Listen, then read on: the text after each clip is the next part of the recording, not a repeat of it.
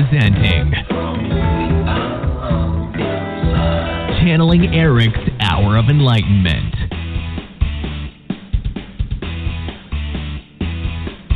Hello, everybody, and thank you, Live Paranormal, for letting us play our Erik intro, which is very generous of you.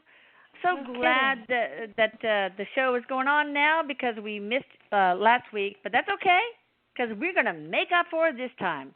So for all of you guys who are new to our program, Spirit Guide Erik Medhus is my 20-year-old son who died a few years ago, and now he's a spirit guide, and he wants to help so many people all over the world navigate through life, which can be very difficult. And he uses mainly the blog Channeling Erik as a platform. This radio show, we just want to basically spread that Erik wisdom even further. And we'll do that with the help of his spirit translator, Kim Babcock. Kim, would you like to share something about yourself? Hello, sure, of course. You guys know I've been working with Erik for over a year now to just kind of give voice to him to share what he needs to share. And this kid never ceases to amaze me. You know, I've been working as a medium for 6 to 7 years, and just recently started working with Erik about a year and a half ago. And this kid still finds ways to move me and leave me speechless and awe-inspired. And that's hard to do. I'm not someone who's usually speechless, but he still keeps me interested through curiosity. The things that he shares, the perspectives that he gives you guys to help you guys move forward in life and navigate through problems, through hard times, and through the shit that life can throw at us. He never ceases to amaze me with the tactics, with the plans, the strategies that he gives you guys, you know, try this, try that. And each and every time he makes sure to attune specifically to who he's talking to before he even gives advice. And that's what's so unique about Erik, is that he connects to you before he gives that advice. And when he does, it's pretty powerful, and it's unlike anything I've ever heard or read anywhere when we talk about metaphysics and quantum physics. So I'm absolutely honored and humbled to be a voice for him. It's a pleasure each and every time. And we're very excited that Kim is going to host a Channeling Erik event in Erik's hometown, my hometown, Houston, H-Town. And it's going to be very special because depending on how many people attend, it'll be in Erik's childhood home, the place where we now live. And so you'll be able to get a feel for where he grew up. We'll be able to go to his bedroom and take videos or photos of his orb. And it's amazing because you can say, Erik, show us some love, and his orb will turn pink. It's incredible. We'll be able to take a pilgrimage to his final resting place where his body is, but not him, obviously. So it's going to be very, very special. It's going to be January the weekend of the 20th of January. Please check out the website, channelingerikmediums.com, and book your tickets before it gets too booked up. Otherwise, you will not have a spot. Anything else you want to say, Kim, before we go on?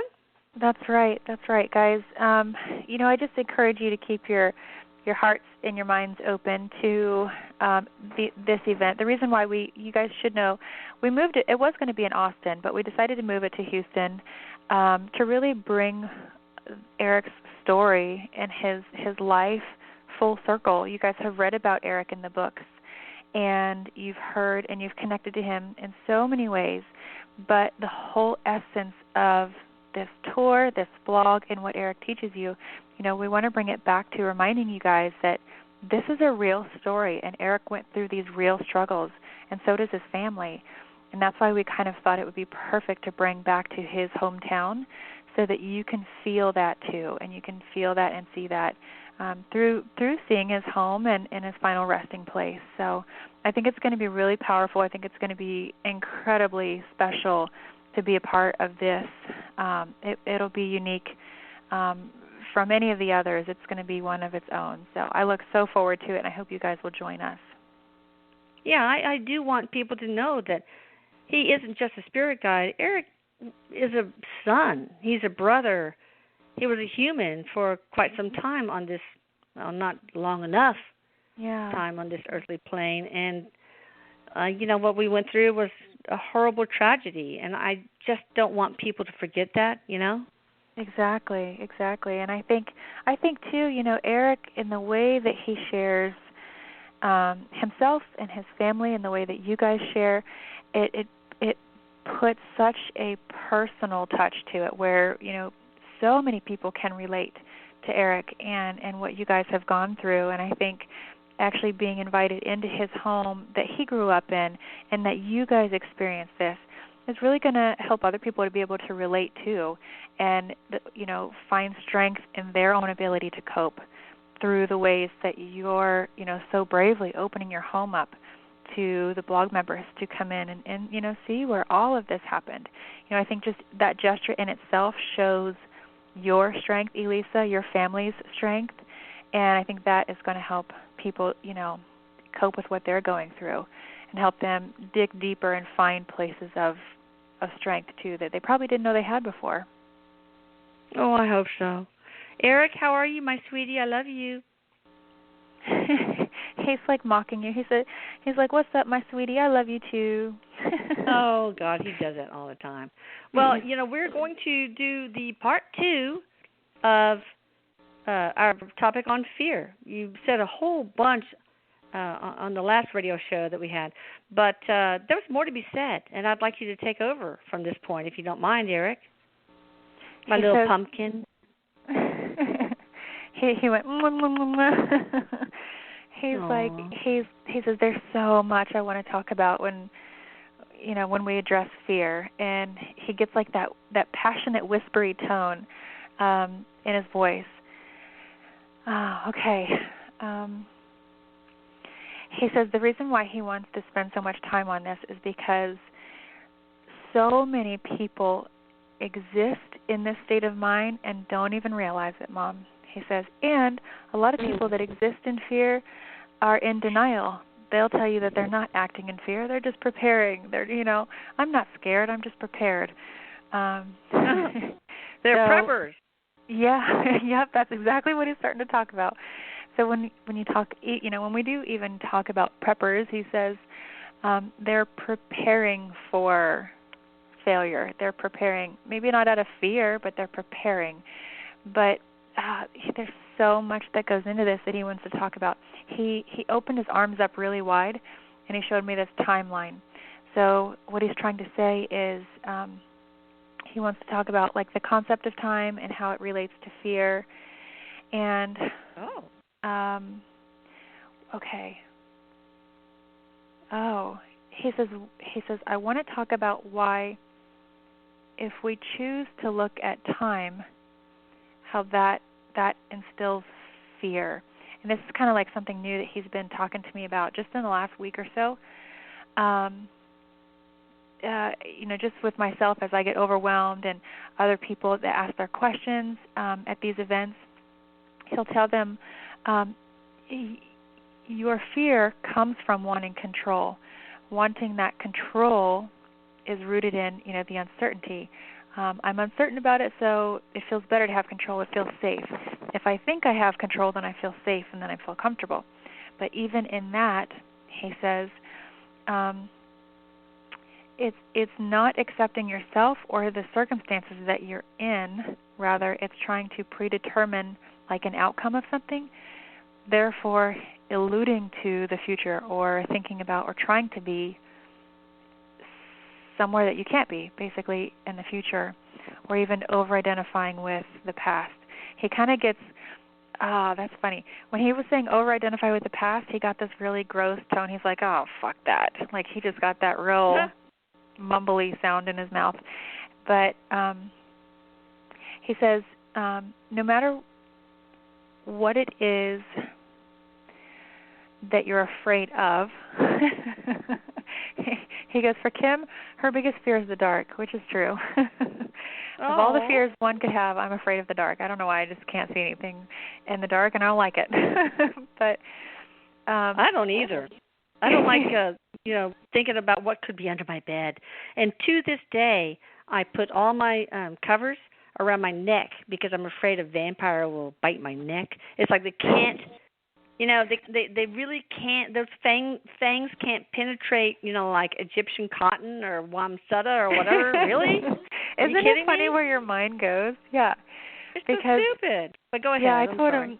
No, you're fine. I told him, I said, well, why? I don't even know why I'm afraid of the dark. And he's like, you're not.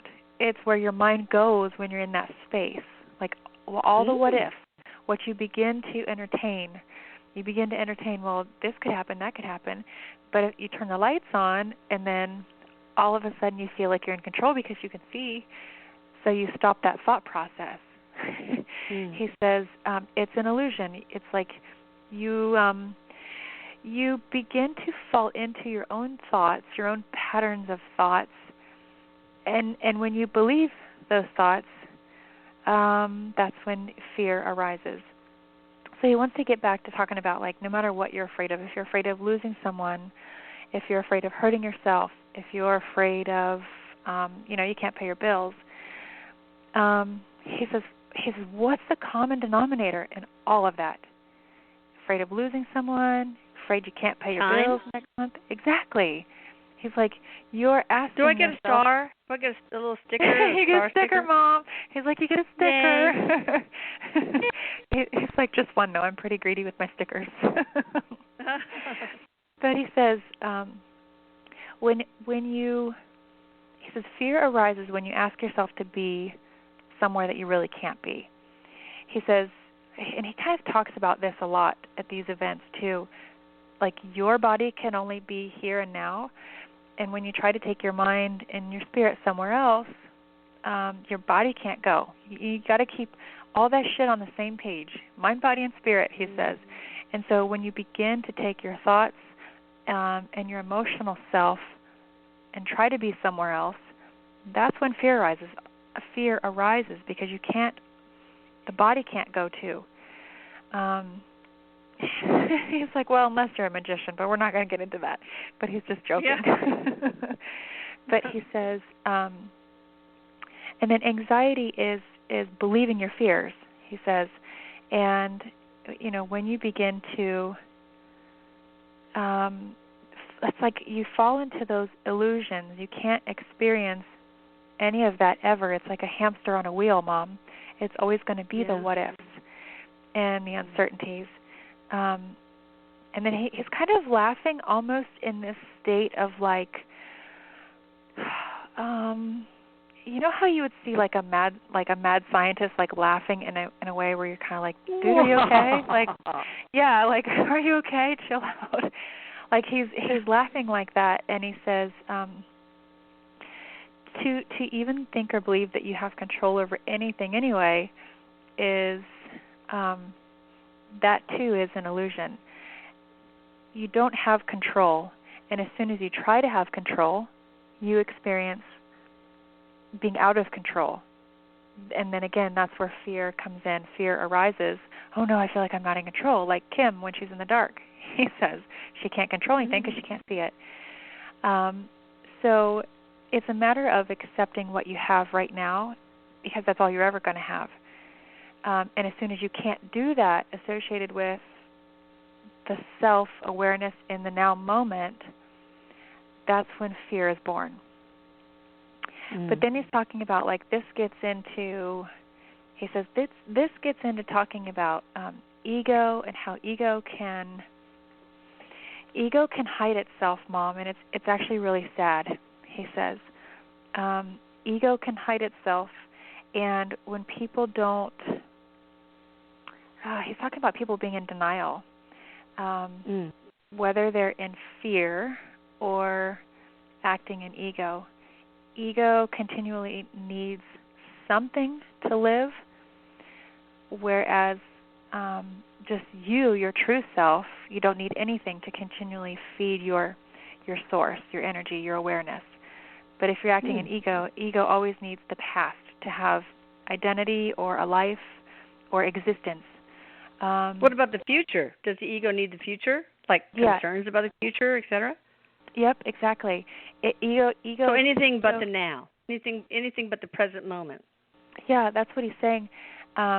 Ego can't associate with right now, Mom, because it's not real. It's an illusion. And the only thing that is real is right now. He's laughing at me. He goes, "It sounds like you said Israel, like the country." But I meant is real. He's like pointing at me and laughing. But as soon as you find yourself uncomfortable with being with yourself right now, quietly, oh man, he's getting real trippy, talking about, time and space, and that's where fear is. If it's not in the now, it's fear. God, that's so interesting. So, okay. And then, so I was getting ready to say, okay, so, well, what about a relationship? What if I'm afraid a relationship won't work out? Then how does that? And, it's the same thing. It's like, well, you're going into the future, and that's why there's fear. He says, but Mom, fear can push us into that place of ego where we believe our fears. Some people, Mom, become addicted to their fears, and that's when you really see, like, illness come in. I can imagine. Yeah, because then it's like they lose sense of, like, self-awareness, he says, and through when you like step into your own fear and you believe it, you act upon it. All right. He wants me to just share this briefly, and I will. So my husband, he's making you pull one of your stories out of your hat. Oh boy. He does, and he does this all the time. It's funny, but my husband is somebody who I quit trying a long time ago to get him to that place of letting go of fear, because that has to be self-realized at some point. But he resides in fear. He's always preparing for the worst. I got my plan B. My husband's the same way. My husband's the same way. He wants to control everything because he thinks people are, people he loves are not smart enough to protect themselves, so he has to control their welfare, etc. Yeah, and he, like, even if we go somewhere, he's like, okay, there's the exit, just in case, someone comes in here and shoots up the place. Like, he's always in fear. And it's even like, and this, I don't know how this relates, but Erik wants me to share this example. It's even like if you're going to go to the grocery store, hey, remind me to get mustard. Well, you're already putting it out there that you're going to forget, so you're already predetermining that experience, know. Mm-hmm. So, preparing for the fear of forgetting, or the fear of failure, the fear of, some unwelcome experience, or, he says, when you begin to plan for that, and you're in that state of mind, of course that's what you manifest, that's what you experience, but he says you man, he's using some pretty strong tones in his voice. You can't be both. Go for it. He says you can't be both. You can't be now. You can't be love, and you can't be fear right now.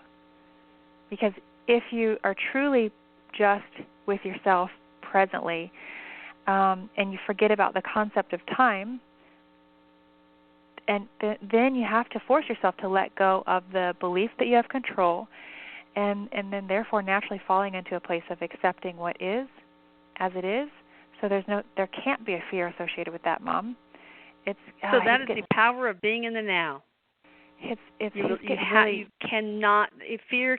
There's no space for fear when you're in the now. Is that what you're saying? He says, yeah, that's right, Mom. If you're in fear, you're not present with yourself. You're not right here, right now. And love cannot be in the same space as fear. Like, love cannot completely, you can't be whole in love if you also have fear. It's one or the other, Mom. He says, but people often deny, oh, I'm not afraid, I'm just prepared. So it's like he calls them like they're not conscious to their own perspectives. They don't even see it. It's like you look so hard for something, but it's right in front of you, but you don't see it because you're looking so damn hard for it, he says, that it becomes invisible. So, well, before we take callers, is there any practical advice you can give people to surmount this obstacle? Yeah, that's what he was just going to start talking about. If you find yourself like stricken with fear, which there's definitely been times where I'm like, oh my God, like when I got lost hiking the other day, how am I going to get out of this? You know, it was really scary. At that moment, and this is what he's saying, is you have to let go of the illusion of being in control or having control. You have to accept what is. When you can just let go of that illusion of being in control and accepting what is, you can help talk yourself. He goes, you could trust me, you can talk yourself out of any kind of fear. But you have to work on accepting. You know, it's what he's referring to is I was hiking up on Devil's Bridge. I got lost, got off the trail, hiked some wicked narrow between these rocks, and got to the top and was like, yeah, this is not the trail. How the hell am I going to get down? Nobody could see me. I was by myself. And so I literally started to freak out for a minute because it was all loose rock. And some lady told me, girl, she's you like, should never hike alone. I know. Some lady was like, yep. She's like, that's the trail. So I get up there, and I'm like, I start to panic. I'm like, well, okay, panicking isn't going to get me anywhere. So I actually started to talk to Erik, and I actually, believe it or not, began to talk to the canyons, the rocks. And I was like giving, gratitude and like, help me find, each foot position, hand position to get out of here, to get down. And what I did was I gave up control. I just let something bigger than myself take over. And he goes, talk about bigger than you. He's like tapping on his chest, saying that he's bigger than me. So he sort of helped in that situation. But I let go of control. I let go of being in control of the situation, because in that moment when I thought I was in control, I panicked because I didn't know what to do. When I let go of being in control, I trusted something bigger than myself, and fear sort of had no more place. I just accepted where I was. I was, basically up a creek without a paddle. But, I let go of that and was able to talk myself out of it, out of that panic state. So Erik says when you find yourself, burdened with fear, if it's, that the past is going to repeat itself, or you're afraid of someone or something, first, let go of the responsibility of being in control of it, because when we own that responsibility, that's when we panic or become fear-stricken. When we don't take responsibility and don't hold ourselves against it, so to speak, he says, that's when we kind of, it's like we let ourselves off the hook. He says, you let yourself off the hook. You're not in control. I think that's hugely what it boils down to. He says, you're not in control. Control is an illusion. It's like what I understand that the people in AA talk about is let go and let God. So I guess that's it. Erik, are you ready to take some callers?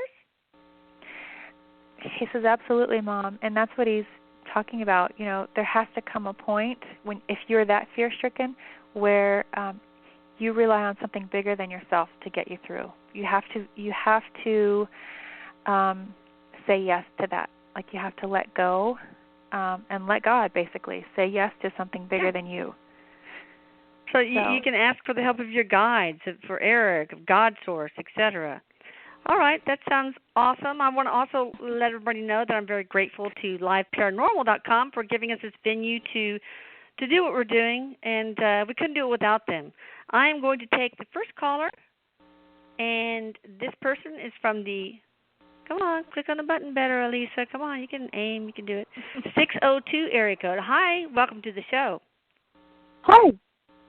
And let me remind everybody, I almost forgot, that we're going to try to keep it to one question per person so we can get more callers to have their chance. But anyway, hello, 602 area code. What's your first name? Okay. And I have a real easy one, I hope. I make it simple. I just want to know my spirit guide's name and also thank them for having my back all this time. Oh, how sweet. That is and sweet. Say hi to Erik.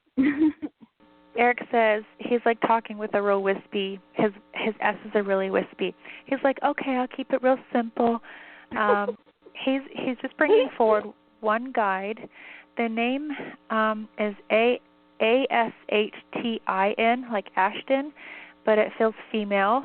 The energy feels female. Anytime I have him bring forward someone's guide or connect me to their guide, I also have them, try to connect me to the name and the purpose, why this guide is connected to you.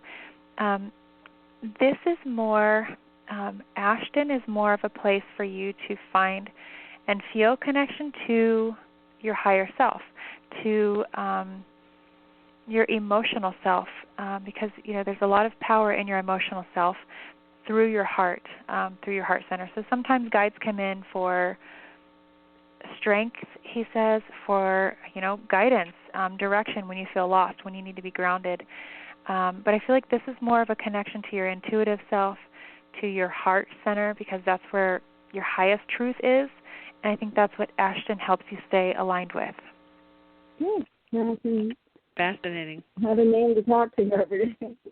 So thank you very much, and I appreciate all of this. And also, one more, thank you. I've healed from my anger from my parents, and Erik, and you guys have a lot to do with that. And I thought I was going to hold on to that till I died, and I'm just so appreciative that I've let that go. So thank you so much. That's so awesome. I'm still working on that, girl. I am still working on that. I can tell by what you say in your daily log. I had a similar life, and I got to tell you, it is awesome to let it go. So, I know. I'm working on it. I really am, with meditation and all sorts of stuff. Yeah. All right. Thanks, guys. Appreciate it. You're welcome. Thank you. Have a great day. Bye-bye. Bye.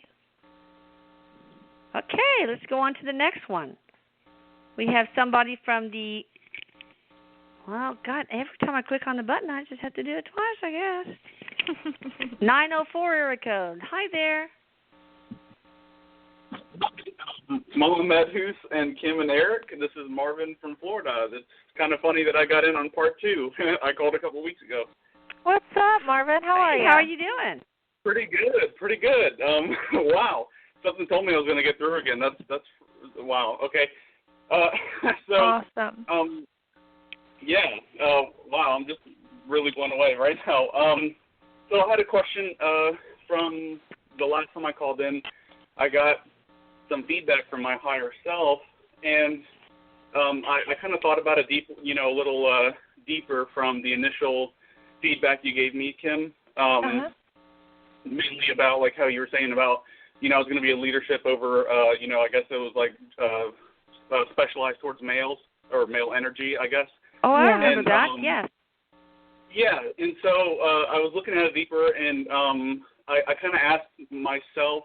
After I asked that question, I asked another question in my head, and I kind of got the answer back in the way I kind of asked it, and I just kind of wanted to make sure I didn't pick up something that wasn't put down.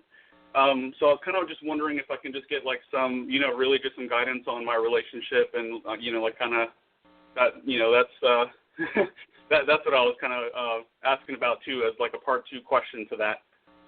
Sure. So you're more asking Erik about guidance for in terms of the relationship, like a relationship in your life? Correct. Yes. Erik and my higher self, if I'm there again. He says, well, it's one and the same, because Erik, whenever people ask questions, he accesses sort of your higher self to give you that guidance.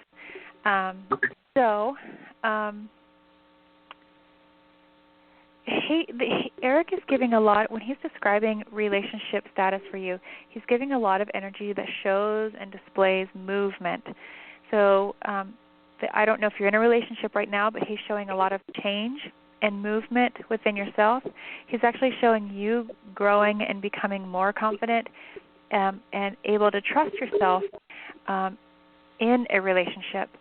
So I wouldn't be surprised if you are in a relationship, if things move quickly, or if you're not in a relationship, if you find one quickly and move into it quickly, because Erik is showing a lot of fast movement, fast energy when it comes to this aspect of your life. Because I feel like you're growing in the area of self-trust and confidence, and when you're able to stand solid on that grounds, then when you move into a relationship, it seems like it happens really easily and quickly. So, and I guess that's where, because I'm honestly kind of in a marriage already, and that's where, okay. So I guess I'm already kind of in like I can't be any more than the relationship as a marriage, so that's why I was like looking for guidance on that. Sure. I wouldn't be surprised. You want to stay in that marriage? Is that a marriage you want to stay in, or are you looking for something else? Well, and that's or you don't have to stay. Yeah, no, and that's what I'm just looking on guidance for, because I'm just just a lot of very confused on a lot of items. So that's I'm just looking on guidance on where I feel like I have a clear path just because of all the all the stuff I've realized. So I just want to get that He says that you've on that, I guess. He says that you've kind of grown in the area of personal confidence, and through that personal confidence, you're going to see change in the aspect of your life. When we're talking about personal, like relationship status, you're going to see a lot of change, but it feels like good change. It feels like it's change that honors your true happy self, what makes you happy. But I think it's going to be quick moving. It feels very quick, and he kind of bounces his eyebrows, and he's asking you if you're ready.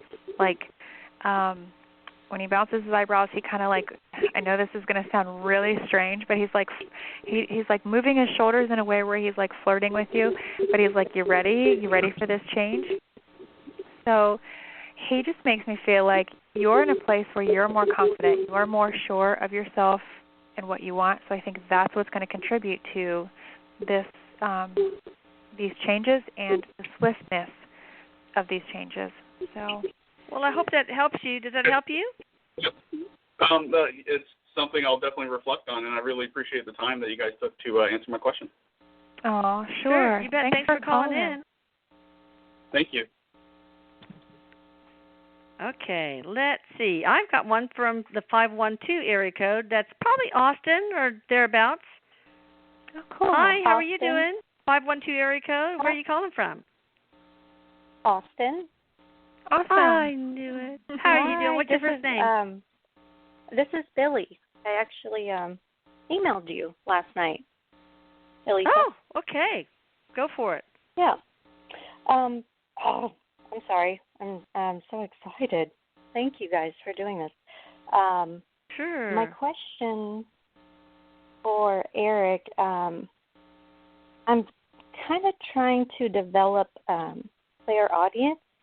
I have an aunt who's a medium, and she told me that I have this ability, and ever since then, I've been hearing like constant high-pitched tones in my ears, and kind of trying to work on it. But I wanted to know if Erik, what he thinks would be most helpful for me, like in everyday life, to kind of work on that. Sure. Great question. What do you think, Erik?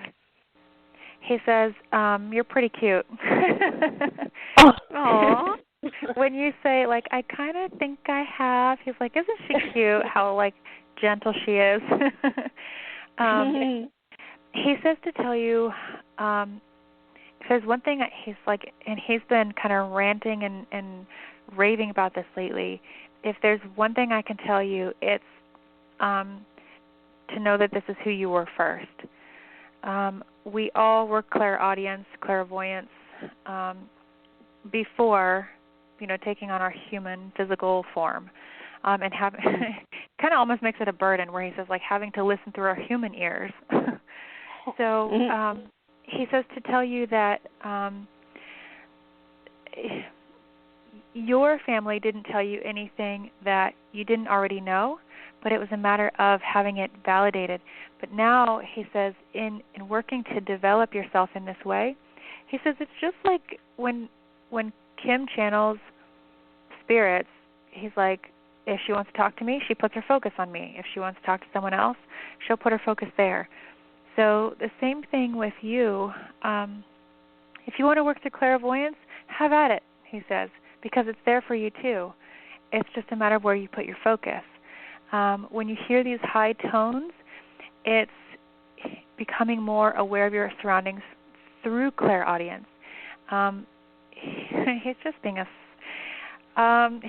excited, but he's kind of being a smart aleck. He goes, have you ever heard of electromagnetic fields or like electromagnetic ranges? As that changes and as you heighten your awareness at the level of clairvoyance, that's what you'll experience. Like your physical ears are going to be tripping out. Like, what? He says. He's so goofy. So when you hear these rings or these high tones, this is you connecting to clairaudience consciously, being aware of it.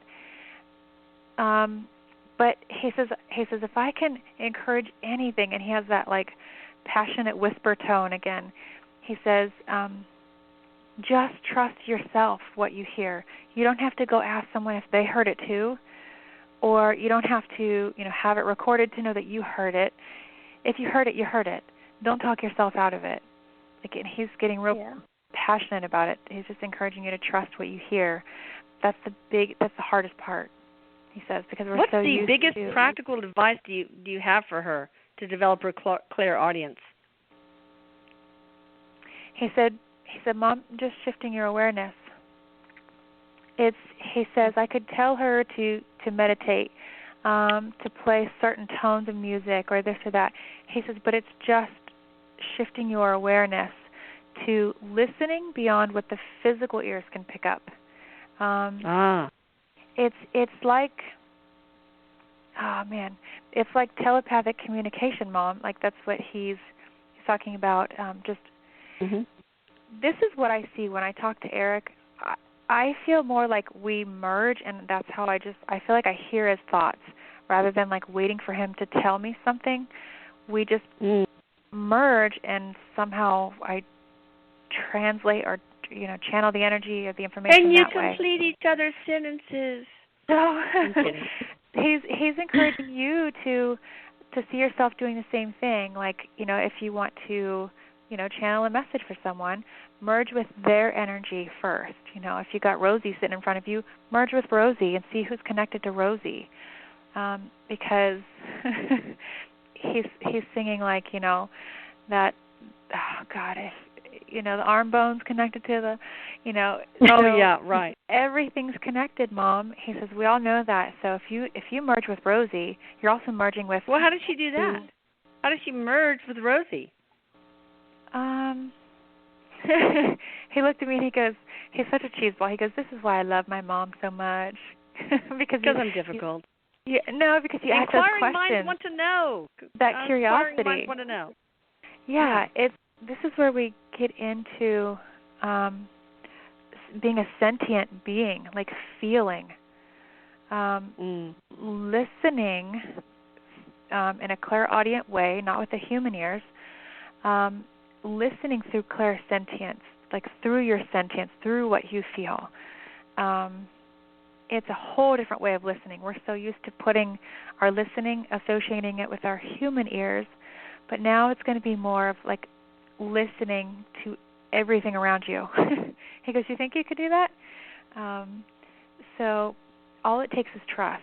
And when you really begin to trust what you hear, what you feel, what you sense, what you smell, what you see, you can pull in a lot of information. So it's one of those things that's hard to describe. It's hard to put your hands on and grasp a hold of, but it takes practice to really attune to it and align with it. So does it help to does it help to sort of visualize your energy merging with Rosy's energy, for example? He just kind of nods, a very strong yes nod. He's nodding his head yes. He just says for sure. Okay, well I hope that helps you. Thanks for calling in. It does. Thank you. I really appreciate it. You're welcome. You bet. Anytime.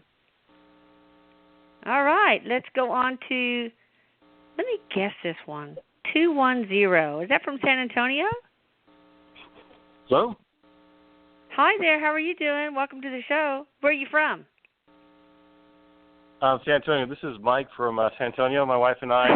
I was right. San Antonio. We're going to get another sticker. Yay. How can we help you, baby? Well, I am a big fan of Erik, and I just want to thank Erik for everything that he's done for me and my wife and my family. Thank you, Kim, for I know what you're who doing. You are. Oh, I know who you are. I'm so glad you called. I think I do, anyway. Yeah. Yes, ma'am. Yeah, I texted you a couple of times, and well, my question is, my question is that I'm actually a teacher, and I'm seeing a lot of I'm just kind of a little upset with the system of how we educate our kids, and the emphasis on standardized testing, and just the whole evaluation system for both the students and the teacher. And oh God, I agree. I'm a little concerned. Of course, maybe it comes out of fear for my own well-being about just my profession. And the community that I teach it's low income, disadvantaged, and a lot of emotionally disturbed or issues that I encounter with students. So I guess I'm trying to find out what my higher self has for me, some advice for myself. Sure. And sure, of course. There's a couple of things that I keep hearing, as you're talking. Some of it from Erik, some of it probably coming in from your higher self. Don't overwhelm yourself with. It's like wanting a change in such a way, but every time you feel it, envision it, or even desire it, it's like you become overwhelmed, and then a sense of like defeat kind of comes over you. So your higher self is encouraging you to focus on what you can do, not what you can't do, or don't focus on how your hands are tied, because as you do, I feel like it's pulling you into this place of like, I feel defeated. I feel like I don't even have any slack to start doing what I want to or what I hope to see. So focus on what you can do, first of all. So what can he do? What can he do then? Sorry to interrupt, but I don't want to forget this. No, that's okay. They're both, Erik and your higher self are both encouraging you, first of all, whatever changes you're wanting to impose or whatever, put yourself on the receiving end. And how would you want to receive those changes? Like how even the proposal of, if you're going to totally like change things up in the classroom or the way that things are done in that school system. I don't know what level you have an effect on the community, but first of all, put yourself on the receiving end. How would you want that information proposed to you, taught to you, or given to you? And let that bring you new perspective as far as like shaping a plan. I know that might sound strange, but your higher self is encouraging you to shape a plan. But if you focus on the areas in which you feel hopeless or like your hands are tied, it's like you'll continually be stuck in that state of feeling defeated. But understand, at the level of where you are and what you are, a teacher, you have a lot of power in that position, your higher self says. So in that position, you can be, I know this might sound cheesy, but it's verbatim what your higher self is saying, you can be the change, you can lead that ripple effect. You can be the one that starts that whole ripple effect. It's okay to have a cheesy higher self. That's fine. I probably have one too. It's good. Mm-hmm. But your higher self is saying to understand that you still have a lot of power, especially with having the perspective that you do, because I feel like you at a personal level at home have gone through a lot of changes, and I feel like you're going through this sense of like seeing things for what they really are, like awakening to truth. And when you do, it's enlightening, but it's also can feel really destructive, because then you really see truth for what it is, and can feel devastating in some situations. So when you have that insight and that perspective, how would you want to receive that new insight as your own student? So your higher self is encouraging you to kind of put yourself on the other end and see, so what ways would you kind of impart those changes? But it's... for some reason, I feel like he needs more time with Erik than maybe a I session agree. with you or one of the other mediums. This is something big, I feel. Right, and because Erik has a lot more to tell you. He does, because he's talking about, like, you at a personal level needing to be interactive, like needing to be more interactive with people and seeing, like, that the effects of what you do. Like, kind of like biofeedback, like where you're continually changing what you do because of the feedback that you're getting. And so you need that interaction too, because you've seen it at the personal level. Now you're ready to take it to a much bigger level. But you almost feel like, I don't even know where to start. So it's like feeling defeated before you even get started. So now they're just... Well, just the whole education system that we have, at least here in Texas, it's just so unfair. I mean, to kids and to the teachers, and I know. the parents most of the time don't even know what's going on in the classroom.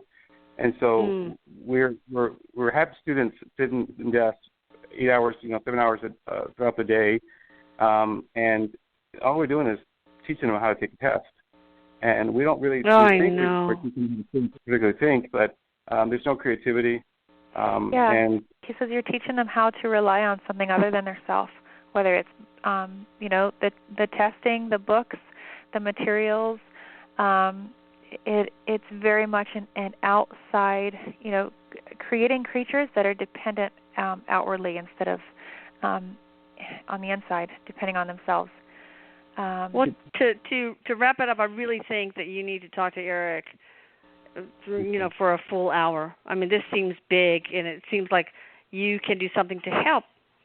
Our Texas schools. I'm a Texan, and if Kim is all booked up, there's others that you can go to. I have under favorites my links list of the different mediums that I really like, and of course Kim is my particular favorite. But I want you to consider doing that. Okay? Yes, ma'am. Thank you, Dr. Yeah, I think it'll help. But thanks so much for calling in, and God bless him for still thinking about that and considering, because there's so many for caring. Yeah, there's so many that just go through the motions, and I know. It's really inspiring to see those that are still refreshed with new ways to do things, and I just love that. I love those innovative people. Me too. Now I think I have one time to have one more caller, but it has to be a pretty, brief question, because, I don't want to run into the other show that follows me. So, hi, 435 area code. Where are you calling from? Utah. Awesome. Hi. Hi there. Hi. Do you have something brief for Erik? Yeah, I have several, but I'll start with one that I think's brief. My husband's grandpa kind of unexpectedly passed away, and he just has kind of needed some, I'm going to get upset, just some healing. Maybe I was wondering if we could get a message for my husband from his grandpa, just to kind of help him. Okay, what is your husband's first name? Michael. And his grandfather's first name? Daryl. Okay. All right. Generally, we don't do this over the air because it is so time-consuming, but I'll see what Erik can help us make happen here.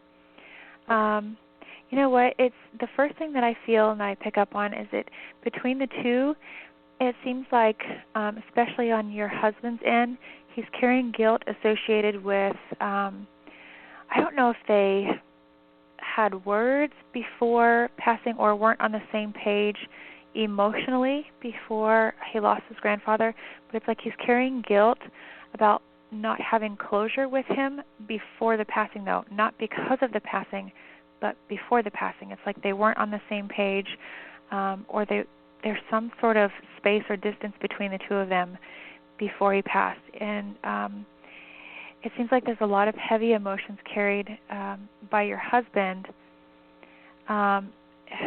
in accordance to that. So with Erik, Erik is the one facilitating this information. So with him bringing this through, what he is encouraging for your husband is to, he says to remind your husband that there's no regrets. There's only experience. And as long as you can learn from, and again he's talking to your husband, as long as you can learn from the experience, then you're contributing not only to yourself, your health, but to the collective consciousness, the collective psyche of mankind. So this is about your husband forgiving himself. I'm not sure what happened between the two of them. Does Daryl have a message? Can Erik relay some sort of message from Daryl to your husband, to her husband? He just says, Mom, it's the same thing. It's about forgiveness, like self-forgiveness. So if it were, from Erik or from Daryl, it's the same thing. Erik says it's about self-forgiveness, because it's like he's punishing himself for carrying guilt, like associated with the time before the passing, though. So is Daryl saying, all is forgiven? Forgive yourself? Yeah, forgive yourself. Not only all is forgiven, but forgive yourself, because it feels more like he's carrying guilt associated with the way things were before he passed. So tell him to forgive himself. But there's something about, like, I don't know if they didn't speak or he said something that he regrets, but it has to do with speaking, because he's giving me all this verbal energy that's associated with his regrets. So encourage him. Well, I hope that helps. We've run out of time. I'm going to run into the other show. So, guys, thank you so much for joining us. Thank you so much for calling from Utah. And I love you guys. We'll see you next Thursday, where we will have our favorite motivational speaker and wrestler, Jamin Olivencia, and he will talk about laziness and procrastination. So it should be really awesome. You guys, I really want you to book your ticket for the Houston component of the tour, because I want you to be in my home. And I want you to see where Erik lived, where he took his life, where his final resting place is. It's going to be absolutely touching incredible and memorable. So yeah, absolutely. Check it out and book before we're all booked up. All right. Thank you, That's Kim. right. Thank you, Erik. I love you so much. Thank you guys so much for joining us. We will talk to you next week. Bye-bye. Bye.